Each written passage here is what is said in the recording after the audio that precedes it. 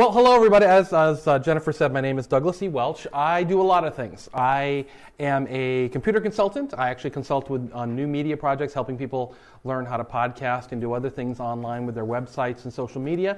I also write a weekly column called Career Opportunities. And this is the print column has been going on for I think 12 or 13 years now. And I've been podcasting that same column, which means I'd make an audio version every week of it for the last, I'm in my 5th year now of that. So something that Jennifer asked me to talk about today was kind of a combination of the career and the new media stuff, which actually I'm finding I'm talking about a lot more because there is a really good crossover. Now, one of the things Jennifer and I have talked about in the past, and we actually have online career chats about every 2 to 3 weeks or so. And one night we got talking about what can we do to help people get over what is a totally understandable fear of being online and engaging in some of these new tools. And the fact is,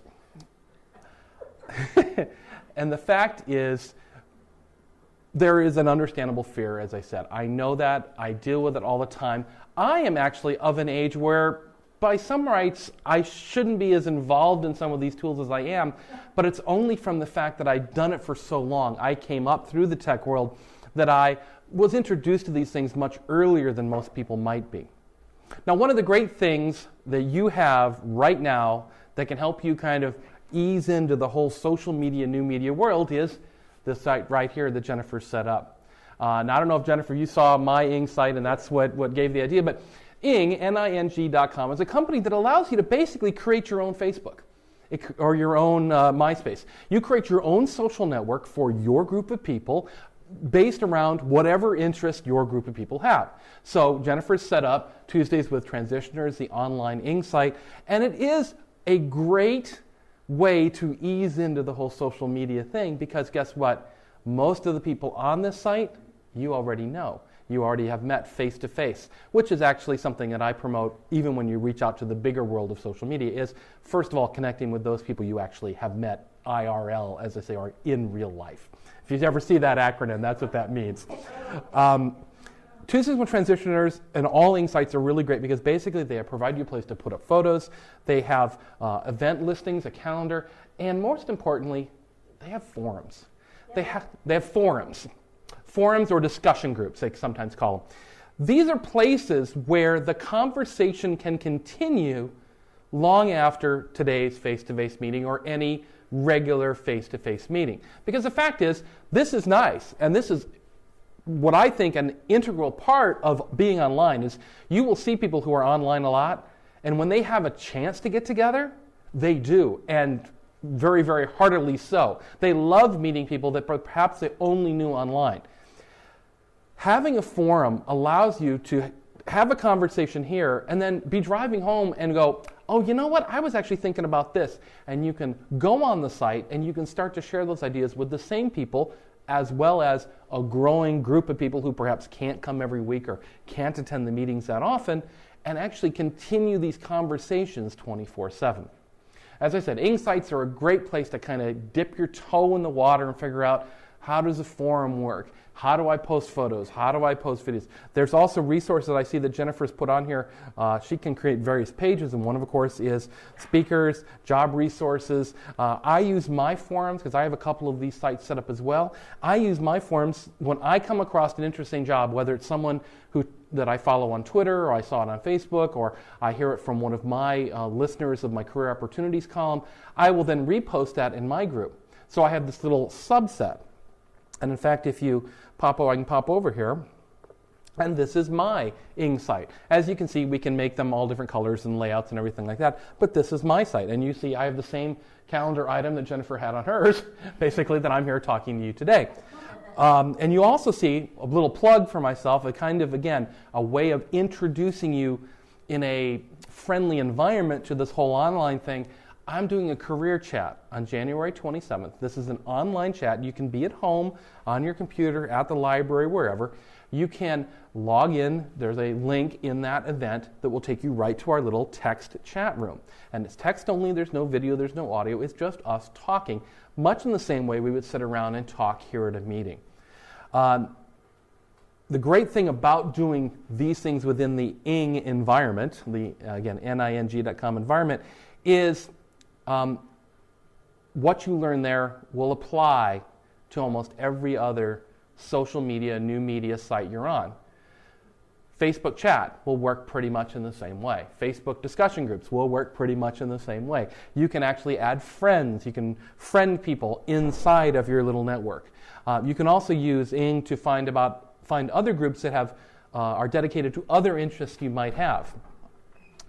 And in fact, that's one of the next steps in kind of reaching out a little bit. So we get you, first of all, I'd hardly recommend if you're not on the Tuesdays with Transitioners site, head over there. Set up an account, it's totally free, log in, check things out. Again, it's very friendly, it's very nice, and if you have any questions at all, I'm sure Jennifer would be more than happy to answer them for you. Okay, yes? Now, do we have to join your? No, each of these groups is like its own little group. I happen to use the same company to do my sites as well. But for Tuesdays with Transitioners, you would go to tuesdayswithtransitioners.ing.com. You see the URL up there. And that'll take you right to your personal social media site. So how do we join your chat? In my chat, Jennifer can actually, I think you have a link to it, don't you? I always try to list his events. Yeah. So anytime there's a new media chat or anytime there's a career opportunities chat, it'll be on our page. Okay. And so you can just accept there and find the link right there. And then what you do, the nice thing is if you find that I have something of value to you, well, you can also join mine in your same login. You only have to create your account once, and then you can use that for all the different sites. So you can join my career site, you can join my new media site. You're already set up. You're already ready to go. Now, just to let you know, that's what that means too. When you visit a lot of sites online now and you see a little button that says Connect with Facebook, if you've already got a Facebook account, that becomes your login on a bunch of other sites out there. And so just a quick little tech hint to slide in there for you. You can use that existing account. You don't have to go through all the setup, all your profile and everything again. You can just log in with your Facebook account, and that site will then be able to access all your Facebook information, your picture, and your name, and all that good stuff. Okay, so what about LinkedIn? LinkedIn. Well, that's a good transition actually, because what we're going to talk about now is, I just want to reinforce one last time, nice, friendly environment, right? Try out all these little tools. One of the reasons Jennifer set this up, and one of the things that came out of our talk was our job as career writers and advisors and coaches or whatever else name you want to give us is to push you. Just a little bit, but I do this in my column every single week. I'm always out there gently nudging people along.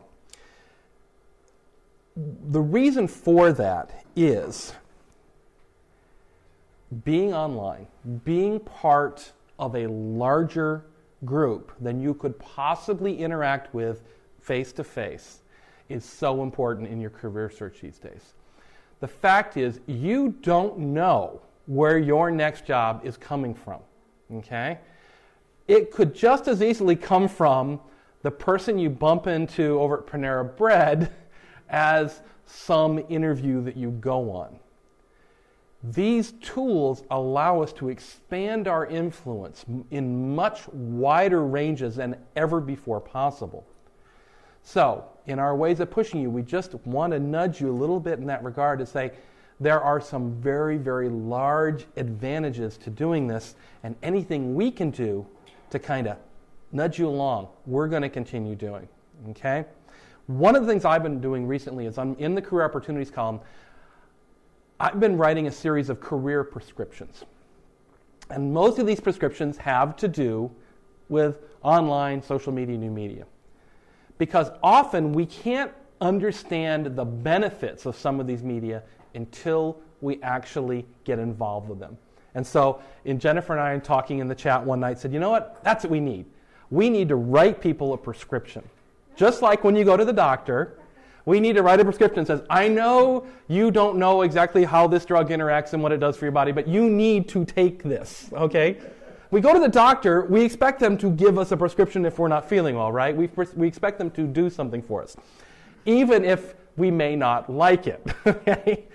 That's what I've been doing with these columns, these career prescriptions, is I'm saying, I know you may not understand what it's going to do for you. You may not understand exactly how it works. You may not understand why. But what I'm asking you to do is take 5 minutes and try it. And the first prescription I put out there is join LinkedIn. How many people are on LinkedIn? Yeah, see, LinkedIn is a great place to start for a variety of reasons. One, it's more professional, it's more formal, it's a little more buttoned down than some of the other social media sites because it was designed around business. Your online LinkedIn profile looks a lot like a resume. In fact, I think it's actually a better resume than a paper resume because it's more easily updated, it can accept recommendations from people without any action from you, and a variety of other things. So what I told people to do in the first comments is, even if you don't understand why, go to LinkedIn, sign up, and connect with, in this case, you already have a base of people to connect with right now. Connect with your fellow Tuesdays with Transitioners venue. LinkedIn, LinkedIn.com. And I'll see if I can get it bigger on the screen here for you. Thank you. Come on, show me the header. That's what my LinkedIn page looks like. It logged me in as myself right now. There you can kind of see it in the upper left-hand corner, linkedin.com. Yes? And then, so I was going to ask, I didn't see the connect on Facebook, and where's the connect with, does LinkedIn do the connection with Ning, or does that? No, and now LinkedIn, again, because this tends to be a little more buttoned down, a little more professional, you will need to set up your own account. Now, big recommendation, pick your main email address. Whichever email address you use normally for most of your contact with people, use that as your LinkedIn login account when you set it up. Because when you do that, other people like myself, I can actually take my address book, my online address book, and I can throw it at LinkedIn, and LinkedIn will tell me, oh, these people you already know are already here. Do you want to link up with them? And that's a great way of, again, finding a group that you can start with. So that would be one thing. So with LinkedIn, you're going to have to set up your own account with LinkedIn. The Facebook Connect is dependent on the owner of the site setting that up and using that.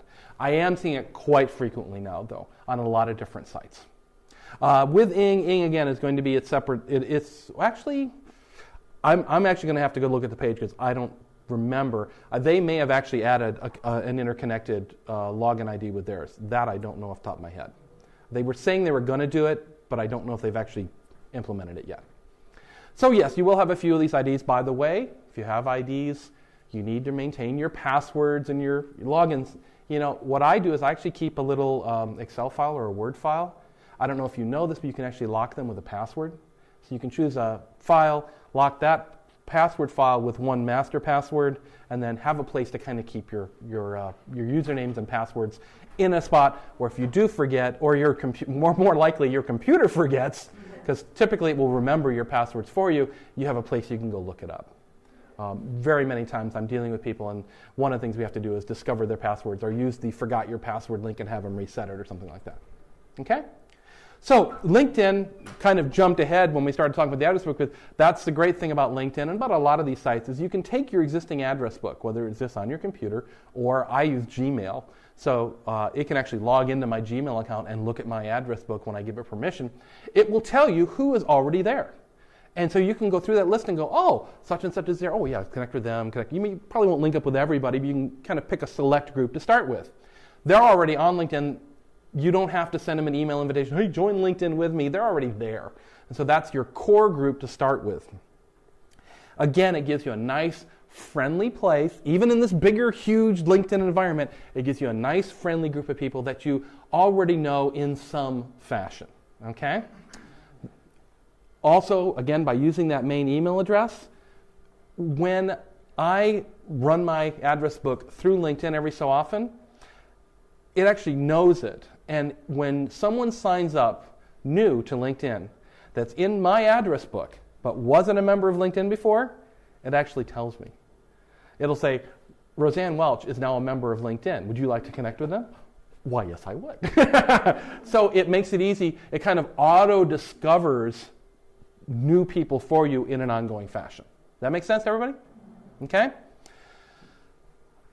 LinkedIn also has a limitation that no one can become a friend of yours or a connection of yours, they call them on LinkedIn, unless one, you give them permission, and two, you actually know each other in some way. They have to have minimally your email address in order to connect with you. So it allows you to do something which is very important for all these different services, which is self-preservation. The first comment I hear from people with new media is, oh my God, I'm just overwhelmed. I don't want to get super pokes and I don't want to get Farmville requests and all this. It's okay. It's okay. You don't have to. It's always important to remember with all pieces of technology, you're still in control. Okay? If you don't want to link up with someone, just click ignore. They don't get any notice on their end that you snubbed them and whatever. They just don't see your updates, okay? It's totally appropriate to choose who you connect with and when and where, okay? Never, I want to say how I'm going to put this together in the right fashion here, never feel guilty for not following someone back or not friending someone back. Out of sheer self-preservation, that is exactly what you need to do. Now, I apply a further rule upon this about who I connect to and who I follow on Twitter and who I friend on Facebook and so on and so forth. And that is, every person I connect with on any service, whether it's Tuesdays with Transitioners or Facebook or anything else, they must have some value. They must be providing some value to me that gives me a reason to follow them. It doesn't mean they're a bad person. It just means they talk about the cat a lot. And that's great when we're sitting around having, dinner or drinks or something. I like talking about cats. The fact is, it doesn't provide the value I need in my online world. I'm looking for information, good connections to people to connect up with, new thoughts, underheard people, underseen people, people who have great ideas, but they haven't really got their ideas out. I'm always kind of searching for people like that. So when I'm figuring out who to connect with online, again, on any of these services, I look at their profile, I look at their last page of status updates, I look at their last page of tweets, whatever ongoing information they're putting up. And I kind of look at that and go, does this have value to me or not? Are they saying things which like, wow, I needed to know that. That's really good. And if they are, I'll follow them. I'll friend them. I'll whatever. If they're not, I say ignore. It's okay to do that. In fact, again, it is self-preservation to do that. Otherwise, you will get overwhelmed. You will go crazy trying to answer all these requests and everything. Because when you sign up with an online service like Facebook, everybody can kind of see that you've joined. Because the first people you start to friend, all their friends see you. And so, especially with high school or college affinities, all of a sudden people come crawling out of the woodwork. Okay, you need to say, I really don't care to talk to that person. Or, wow, I can't believe I found that person. Yes, I want to, and then you start chatting them up and all of a sudden it just spirals out from there. Think of yourself first, okay? So if I've done nothing today, sign up for Tuesdays with Transitioners and sign up for LinkedIn, okay? And then anything else that goes beyond that is going to be gravy. Because prescription number 2 that I've written about is, you're going to probably look at me a little funny when I say this. But trust me, okay, you got to just try it. And actually, you can try this on the Tuesday with Transitioners site too, which is so hard to say. If you notice that, Tuesday with T with T, how about that? We go. The next thing I would love all of you to try is to start a blog. If you don't already have one. Some of you may already have. Does anyone have a blog?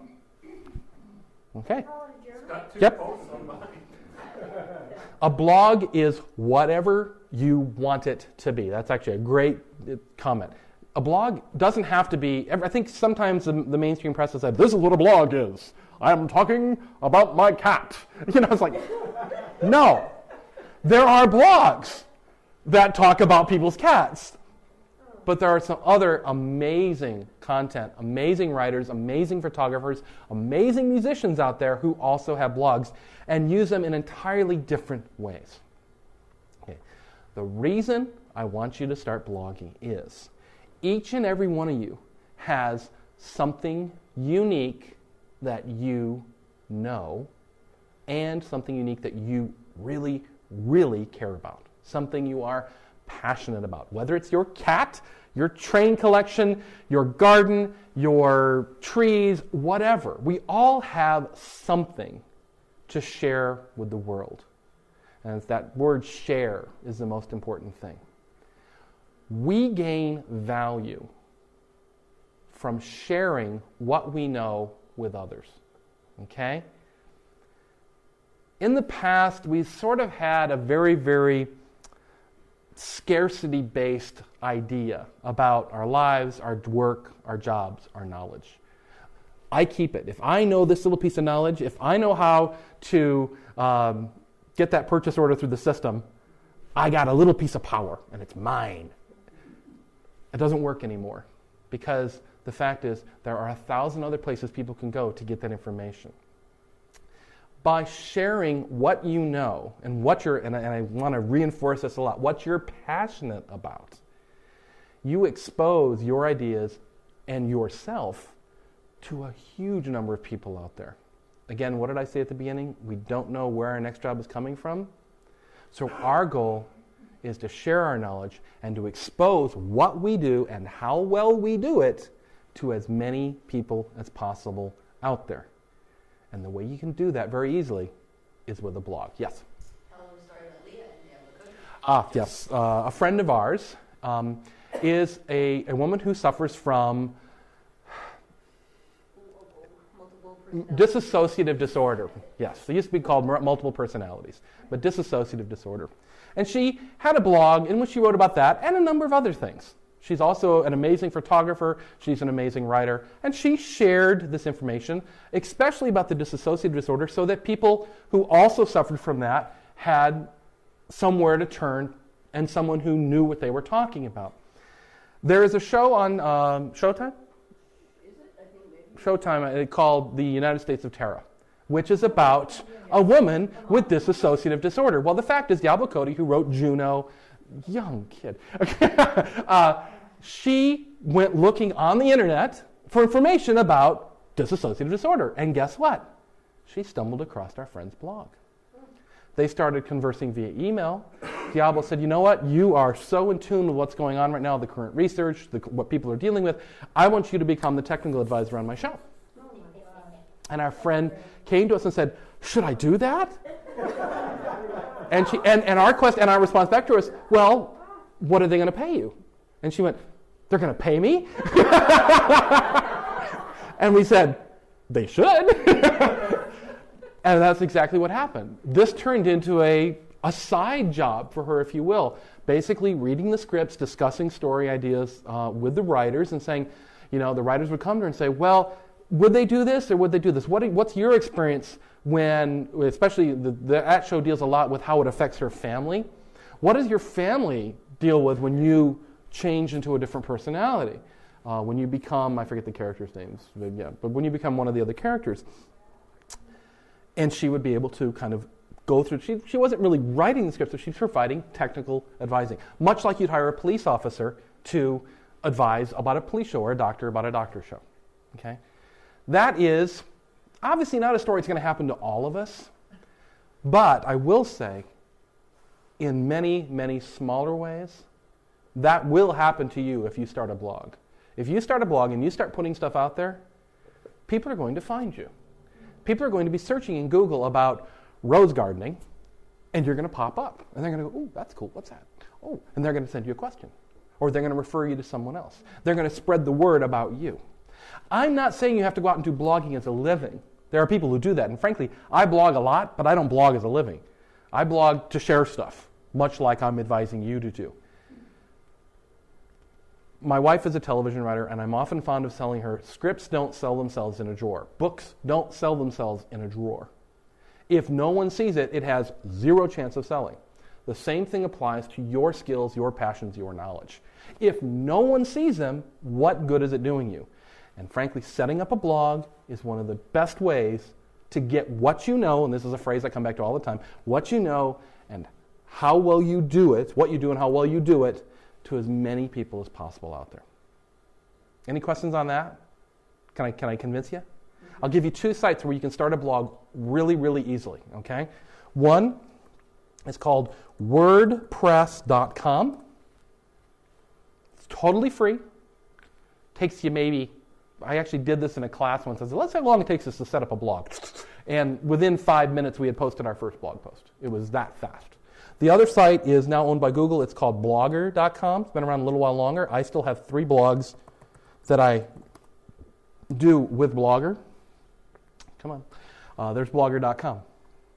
Again, under 5 minutes, you've got a blog. Now, Jennifer, do you have the blogging feature turned on Tuesdays with Transitioners? Yes.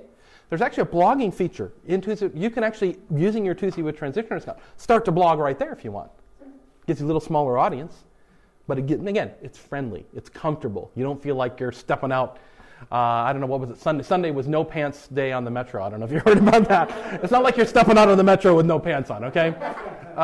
It's all over, actually. They did it here in LA, too. Between Hollywood and downtown. They did it in Phoenix. They did it in New York. It's become this global kind of thing now. I'm sorry. I didn't do it, just so you know. So that goes even beyond a little bit of my comfort level, I think. You were there? Pardon? You been there? I did not go to the Sunday event. I was actually asked to go to shoot some video, but I didn't get a chance to go, unfortunately. Yes, sir. So, on blogging, my WordPress, because I have an iPhone and I can use WordPress, it's free. It's a free app. Yep. Right? So, because I've seen Blogger before, I didn't know it was taken up by Google, but in Twitter, what I Twitter, all my followers can see. Now, you blog, let's say, with one WordPress.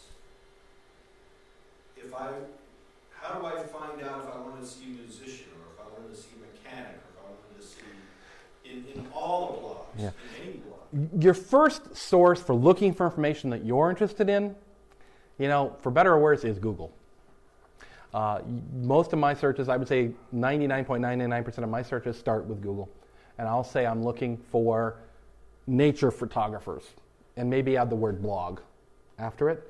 Actually, Google has a blog search where it will search what it thinks are just blogs, and you can actually narrow your search right at the start just from that.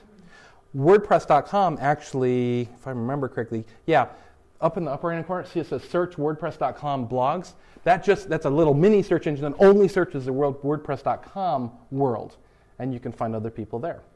And what's going to happen too is your blog that you're writing is going to be found by Google and other search engines and will be scooped up and included. So increasing the chances when someone types in blah, blah, blah, blah, they're going to find you. You're going to pop up in those search results. And that's how other people will find you.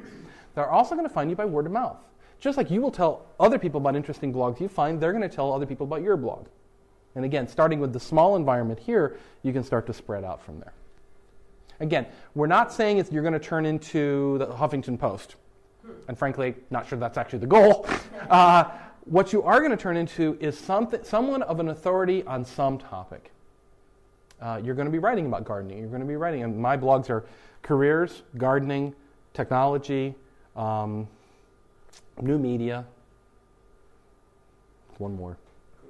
My word is fun. Oh, my own personal blog, My Word, which is just an eclectic catch-all, I call it.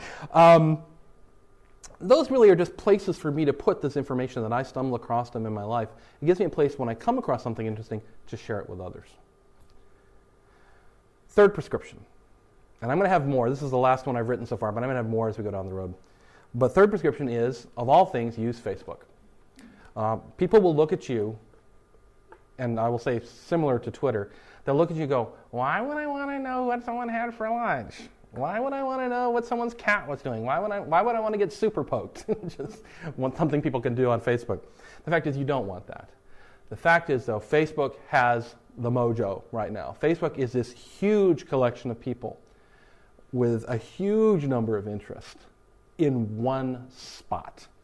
And again, just like LinkedIn, you start with the people you already know face to face. Family members, at least those family members you want to talk to, friends, people in the group, people at your office, people at your other groups that you might be involved in. Start small with a small group of people, and then apply what I said with those rules earlier on. Apply that rule of, is that person going to bring value, or is that person going to bury me in Farmville requests? Okay? Now the fact is, we talked about self-preservation. Even when you get hundreds of friends. I think I have 499 as of today, because I'm hooked up with all these different groups all over the world, and so I tend to have this really weird collection of people. When you're looking at your Facebook page, let's see if I can find it. I probably won't see a Farmville request because I think I've done exactly what I was talking about, which is next to each one, see how it says hide? If you get someone super poking, if you get someone asking you to add you to their calendar, if you get somebody, I sent you a get, Mafia Wars is another big one. Click the hide button, and you'll never see another status update from that program again until you decide to turn it back on. From that program or that person? From that, in this case, let me see here. If I say hide, I didn't want to hide Jeff. That hides a person. When it says down here, it came from a particular application. If you post or an application, it'll pop up and it'll say, do you want to hide Mafia Wars? Yeah. Okay. Yeah, and I can't actually, I've been too good about gleaning my feed. I don't have any application requests in there right now. But it will, it'll say, do you want to never hear Mafia Wars again? Yes. And that for all your friends. And it really helps to keep this feed, pardon? You gotta teach me that to put it important there, because in my Facebook, I got all my family. Mm-hmm. We are a big family, and I come from different part of the world. And sometimes I got the kids in there, 18, 19, and 20. Yeah. No, Basically. as I gave, they put it the friendly word we use it when we get upset. Oh. And one day, like in Christmas, I was showing my wife, come on. And she said, what is this? Well, that's more of an education thing. That actually brings up a good point. When you're making these forays into the online world, it is important that whatever you put out there is there forever. Just think of it that way. It's the same way I tell people when I'm introducing them to cameras and new media and microphones. Treat a microphone and a camera like a loaded weapon. It's always on. Okay? Politicians need to learn this. Okay? Some of them haven't quite got that yet. Very much treat social media the same way. The microphone is always on. You may even delete a post later, but the fact is, if Google slurped it up or some other search engine slurped it up, it's archived in a million different places out there.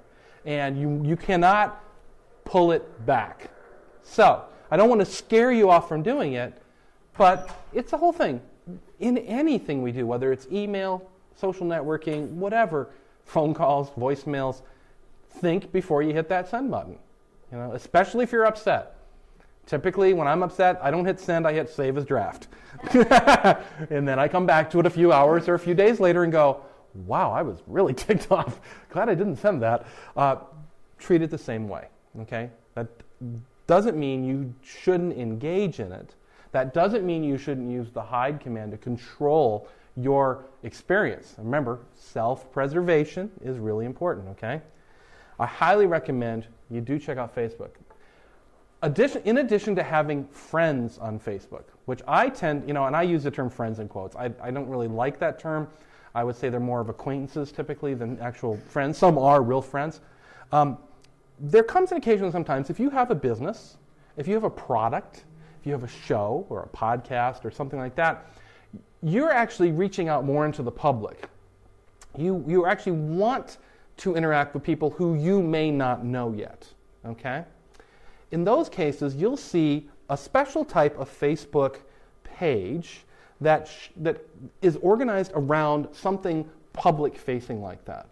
And if you do have something like that, this is a way to separate your friends from your product or business or company or whatever. Okay, it's called a Facebook fan page. In my case, I have several. I have one for my group, New Media Interchange, which, by the way, if you're interested in learning about new media, this is my free group that basically tries to bring the power of new media to everyone. I teach you how to podcast and audio or video, or put audio or video on your blogs or whatever. This is the New Media Interchange Facebook fan page, they call it. The great thing about a fan page is anyone can add themselves to the fan page through no interaction from you. You don't have to approve anyone. This is the same thing as them joining a fan club, if you will. They decide, I want to hear about what's going on with New Media Interchange, so I'm going to join. The great thing about that is they're not a personal friend, Facebook friend of you. You don't see their messages in your wall. It's all contained within kind of a mini Facebook in this fan page. So if you have a public-facing entity like that, this is a way of kind of keeping at least a little bit, keeping your personal and your business separated on Facebook. On other networks, you'd probably have to set up a separate account. Like for Twitter, for example, I actually have my own personal account, Douglas Welch, but I also have New Media Tips, which is the account for New Media Interchange. I have LA Friday Coffee, which is another group I do, which is for that group. And I have a Career Tips, which is tied in with my career column. That way, those people can say, I just want to hear about this particular area of Doug's work. Or they can subscribe to the Fire Hose, which is my main account, and good luck to that. I often get comments from people that say, I really want to be friends with you, but I had to hide you.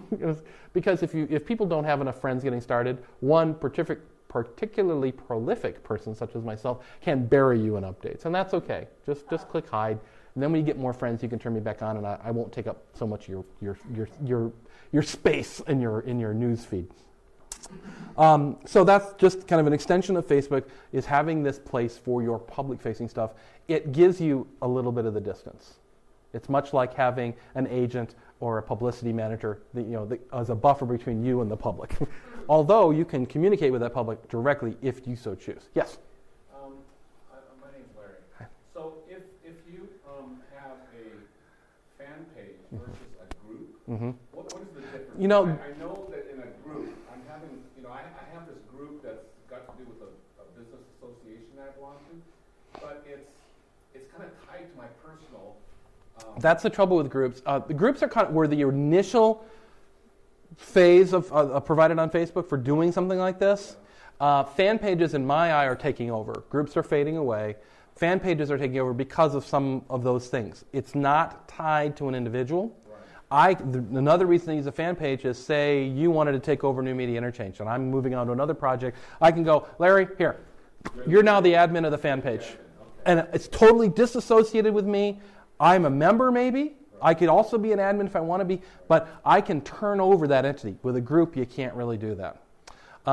You switch now from a group and you have to basically, you can't transfer, you just have to create a fan page and then redirect people over there, I believe. We can talk later about that. That might not be exactly the case. I think that's what I had to do when I did mine, but it may have improved since then. But yeah, there is a if you search in Google or on my site, difference between Facebook groups and fan pages, it'll give you side by side little bullet notes of what's different about them. But yeah, groups is kind of the initial thing, and I think they figured out it didn't work that well, and so they're rolling it over. Any other questions?